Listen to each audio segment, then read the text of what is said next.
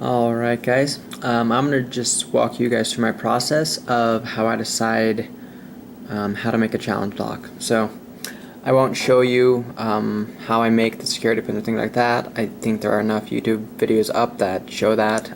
I may make one later just because, but I'm going to show you almost the completed product, and then I'll explain how I came up with it, I guess. So zoom in.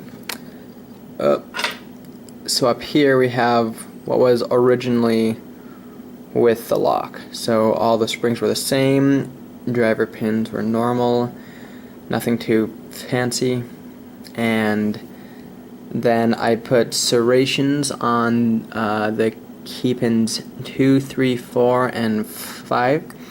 I tried to mix up those serrations, so some of them just have a single serration, and other ones have 2 serrations that are really close, and yet others have 2 serrations that are further apart, and then there's one without anything just to mix it up a little bit.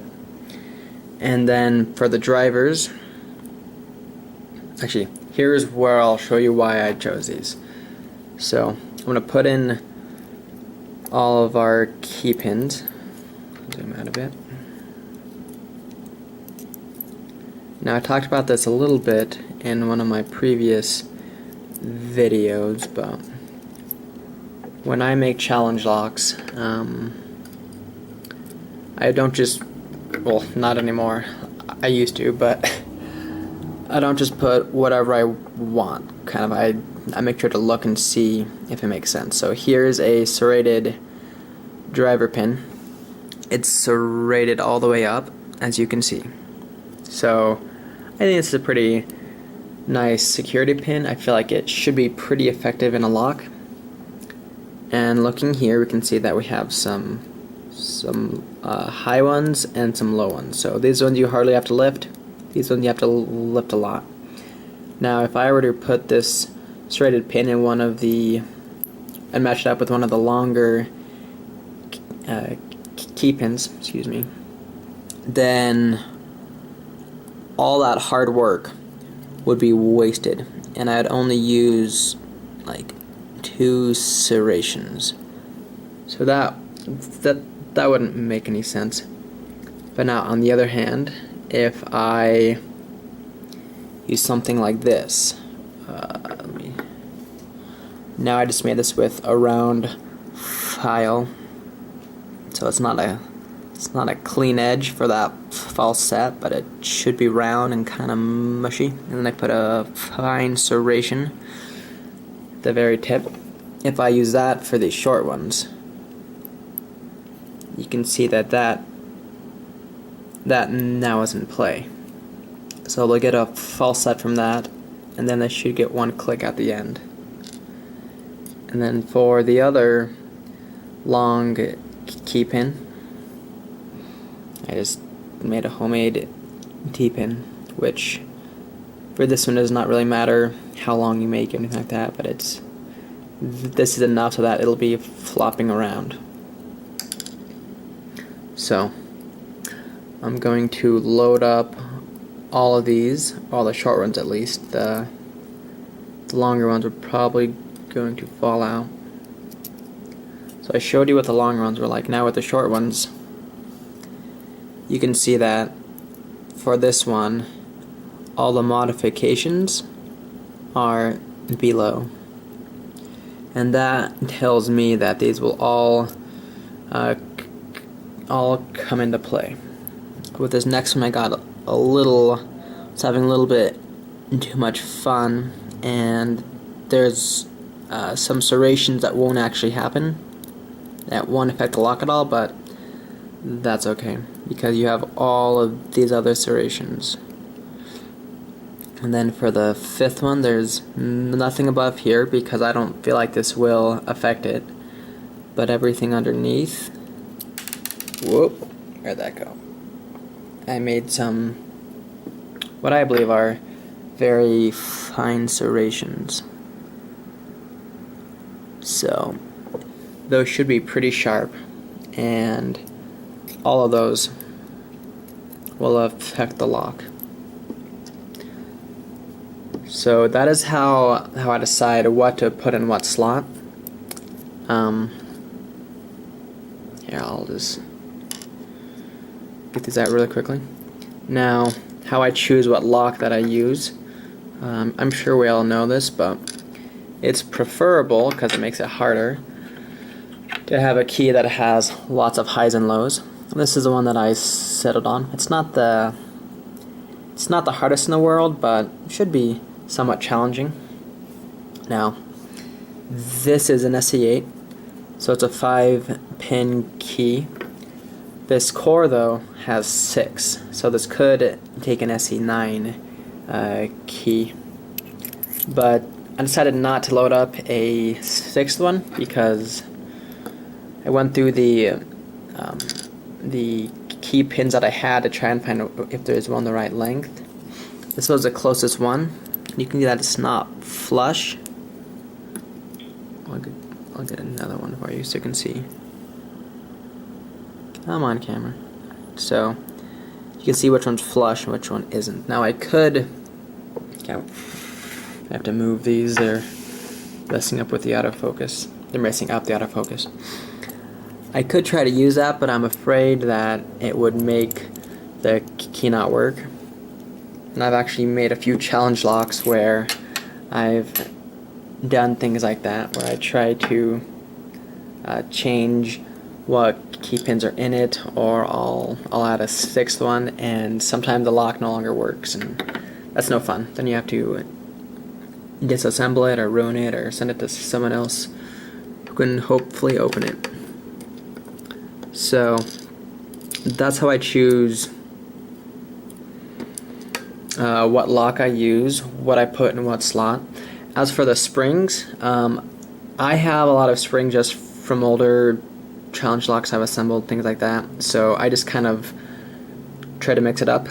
This is only a key and knob cylinder, so I can't use any that are super long. Let me see if I have any long ones left. So like, here's a long one that is like twice as long as all of the others. You could use it, but the problem is then when you're trying to load your lock, you have to press that down quite a bit, which sometimes that's fine, but for some things that will be tricky. So I try not to use super long ones if there's not room for them. I will use short ones when there's room for a long one, because it just makes the spring tension very light, and I feel like it can kind of throw you off. So now, what I haven't done yet is modify the core in any way. So if we look at what I made again, oh, there we go. Serrated, the single serration, serrated, and then all of the key pins but one have serrations. So I'm going to thread the chambers for 1, 2, and 5, because that should make the lock really crunchy. Okay. Now, I'm sure this is what we all use. I just have a tap, it's called. I don't know the size. I'm sure if I unscrewed it, it would say the size. There's one tap that'll work that's metric, and one that's imperial. And then I just have a T handle because it makes it easier. So for one, just gotta line it up and just begin screwing it in. You have to make sure that you're not crooked or anything, or you won't be able to thread it all the way. And it's fine, in my opinion, if it's not threaded all the way down, because any modifications should affect it. So you can see that's 1, and we said 2 and 5 as well.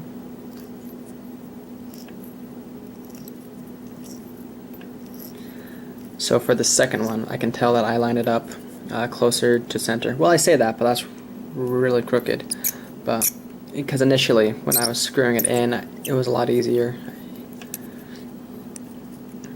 There's a second one, and then number 5. So number 6 we'll leave the way it is because we're not going to worry about populating it. There we go. That's right in the middle because now I can screw it in really easily.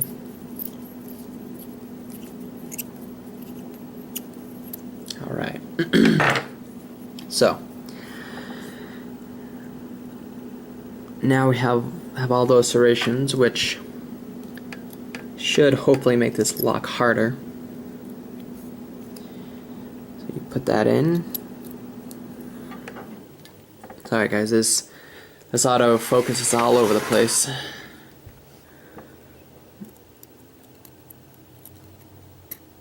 Yeah, and that should be really, really crunchy, and those sharp serrations that I made should hang up on the sides. One thing you have to watch out for is that sometimes things will get kind of trapped, I guess, because this was another one with super sharp serrations. So you just have to watch out for that. Sometimes what I'll do is I'll grab some sandpaper, like I think I use 600 grit, maybe 800, and after I thread the chambers I'll just run some sandpaper over that, just because sometimes it forces the metal up and you get a little ridge. You can see that. Another way to check that is just put it in the core and just twist it around, see if it hangs up at all. It's pretty smooth, so I'll probably leave it. Alright guys, so those are the modifications that I make for my challenge locks. If I had practiced more, I could do some counter milling. I probably would have it in the third one. I feel like that would be great to just hang up in there. I have tried to practice it a little bit, but it wasn't successful, so I left it alone. But yeah, that is how I make a challenge lock. The tools I use are a Dremel, some small hand files, which you saw earlier that were messing up my autofocus, this jewelry saw that I reviewed a couple of videos ago, and then I use a tap with a T-handle. Before I used just like some a set of wrenches, just hold it and kind of skirting like that, but this makes it a lot easier, so I really like that. And then I just change up the springs, check to see which parts of the driver pin will actually come into play, and yeah, that's all I have. I guess one more thing before I go. And I know, like Lockpicking Lawyer, he talks about things like this a lot. How sometimes you run into commercial security pins and locks that will never actually come into play. Like this right here.